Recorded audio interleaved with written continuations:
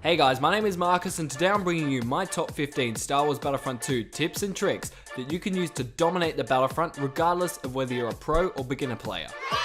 This video may have some beginner tips, but it'll also have some advanced stuff that even most experts won't know about, so make sure you watch all the way to the end. If you think I missed anything, make sure to leave it below in the comments section, but without further ado, let's get right into this list. Many players believe that Rey's mind trick ability is overpowered, and I used to agree, until I found out about this little trick. For those of you who don't know, Rey's mind trick ability slows your movement, inverts your controls, and cancels out your abilities. However, one thing it doesn't cancel out is your roll/dash. Rolling/dashing is by far the best way to escape Rey, as usually she doesn't expect it. You'll be able to do 2 rolls/dashes in any direction while under her spell, and generally it will get you out of harm's way. The best way to take out tanks is by using the LAAT. The LAAT costs about 400 battle points, and in it you're almost guaranteed to kill that pesky tank. Revenge is worth it, even if it did cost you 400 battle points. If you're a new player, make sure to play the arcade mode before multiplayer. There you can practice your skills as infantry, and especially heroes. It takes some time to save up enough battle points on multiplayer for a hero, and you don't want to waste it in the first 15 seconds because you have no idea what you're doing. Also, completing arcade missions will give you credits, and sometimes loot crates, which can be a massive help when you're a rookie player. So you've been practicing on arcade, but you still can't seem to get enough battle points on multiplayer to get a hero? Or you get enough battle points, but someone else always takes the good hero you wanted. Take to the skies in a cheap fighter and gun down enemy craft for loads of battle points. Some maps like Kashyyyk and Starkiller Base have loads of AI fighters. Not only do these ships give you a large amount of battle points when destroyed, but their weapons aren't powerful enough to harm your craft, making them very easy targets even for the worst of players. I've seen players get up to 60,000 battle points in one match using this tactic. Another fast way of gaining battle points is by activating the double points boost. When activated, this feature will double the amount of battle points you receive for your actions. You can tell when the double points boost is activated by looking at the little icon in the middle around the bottom of the screen.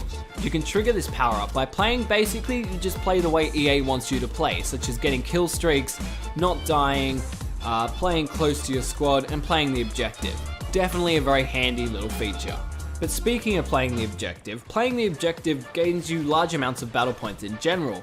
Especially when playing as a hero, you receive a lot less battle points normally than if you were just playing as a normal soldier, because the amount of battle points you earn for your actions has been nerfed. So generally what you want to do is actually go for the objective in those circumstances.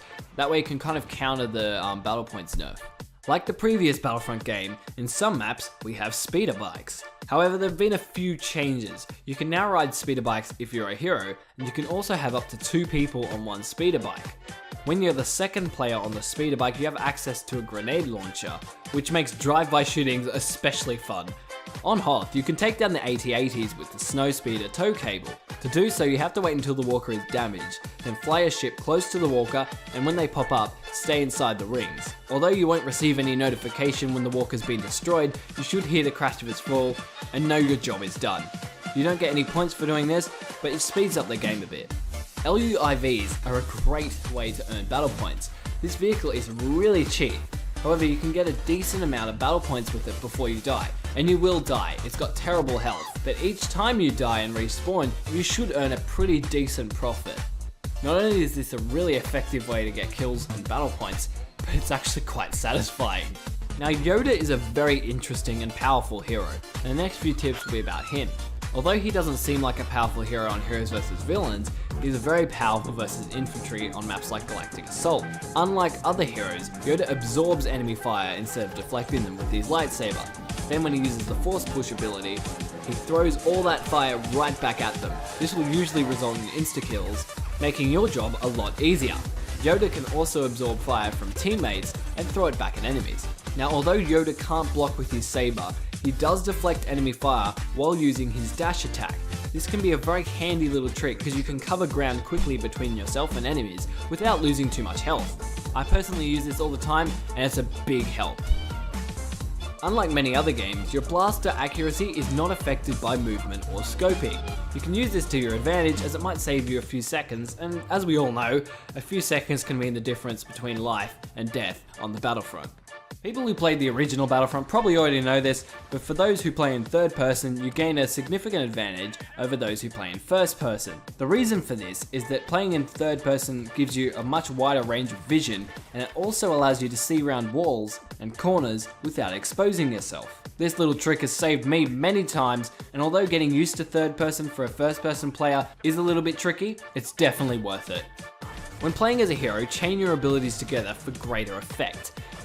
You're a lot more likely to win a fight if you use all your abilities at once, because the opposing player won't have time to react. This clip is a brief example of how you might use Kylo Ren's ability. Pull the hero to you, freeze him, and then just pounce on him.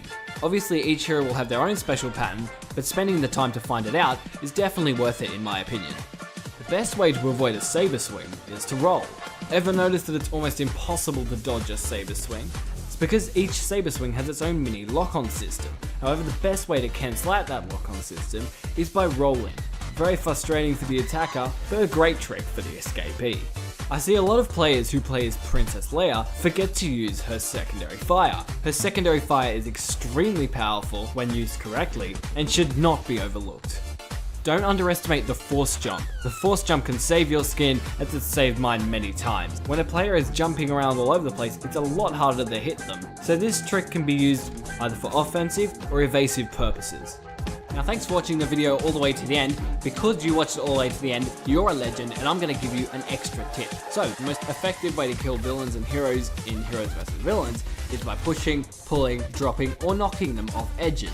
Use these drops to an advantage, as it's a great way to turn the tide of an uneven or even a fair battle. Not all maps have edges that you can push your opponents off, however the majority do, and knocking your enemies into freefall is quite satisfying. So guys, thanks for watching my video all the way to the end. I hope you learned something. If you did, make sure to leave a comment below. If you've got a tip you'd like to share, make sure to let us know in the comments. I'm sure everyone would like to learn from you as well. Now if you're new to my channel, don't forget to subscribe. I've got new Star Wars Battlefront videos coming out 2-3 times a week, and you don't want to miss out. So hit that subscribe button right now, and I'll see you next time.